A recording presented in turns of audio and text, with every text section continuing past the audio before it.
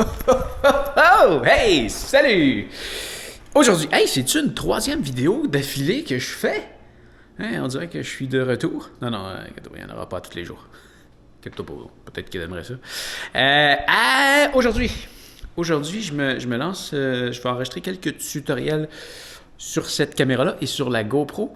Ailleurs, il y a un truc qui est quand même super cool de faire des vidéos de même, c'est que ça me pousse à découvrir le produit à fond pour découvrir toutes ses fonctionnalités.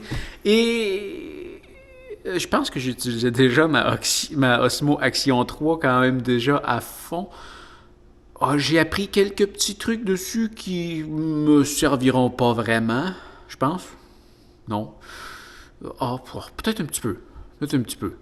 Mais oui, le mode hyperlapse versus timelapse, j'ai fait quelques tests, c'est des trucs intéressants. C'est des choses que je vais parler dans la vidéo. Mais j'ai trouvé de quoi de très très cool sur la GoPro. Je vais peut-être la garder juste pour ça. Il y a des espèces de... Il y a des modes de timelapse sur GoPro.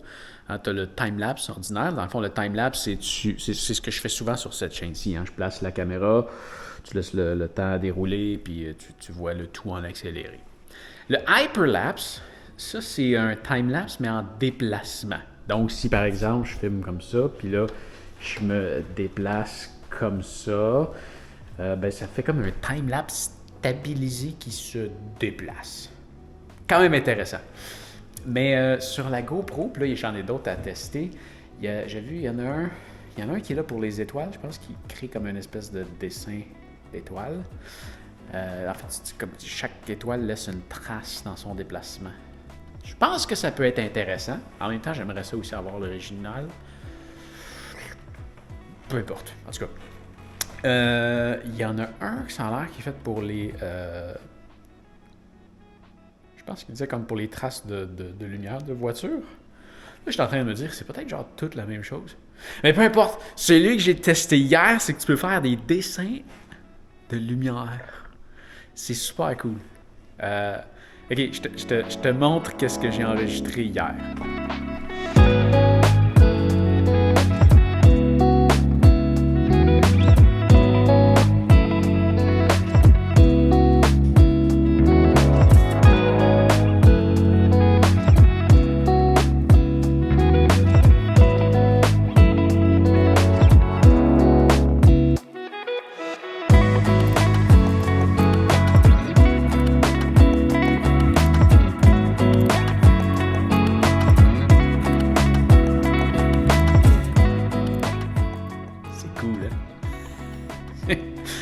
Je pense pas que c'est le genre de choses que...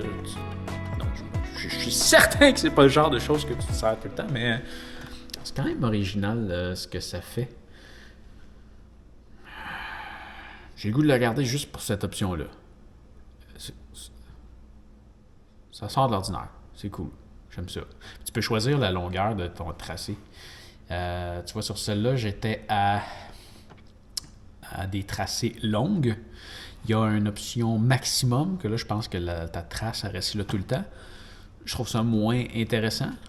Il y a aussi une option courte, que là, je trouve peut-être un peu trop... J'aurais aimé ça qu'il y ait un entre-deux, entre court puis moyen. Parce que le moyen, je trouve qu'il reste là longtemps. Le court, tiens, ça a l'air de ça.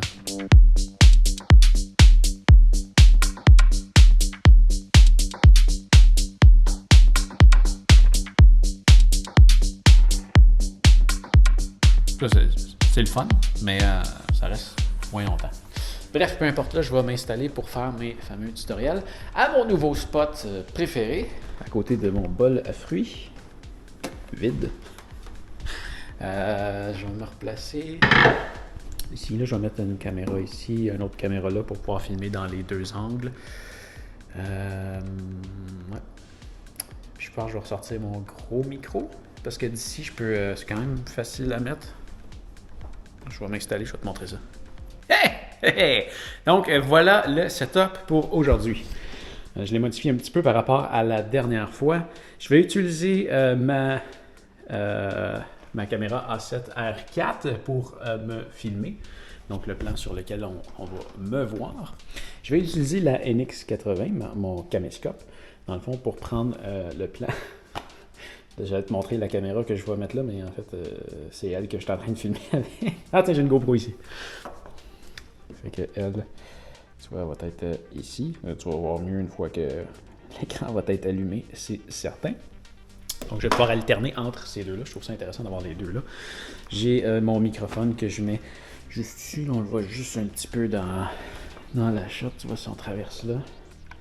J'adore l'espèce de profondeur de champ que ça me donne. Bref, le micro est comme juste ici. Tu le vois pas, c'est sûr. Il est comme sur la tablette quasiment. Ah, d'accord. Ouais, donc ça me donne un beau décor. J'aime mon décor. Je vais vraiment filmer beaucoup de vidéos à partir d'ici. Je pense que ça va être un bon coin. C'est confortable aussi. Ça s'installe bien. Tout est sur le comptoir. C'est vraiment très très cool.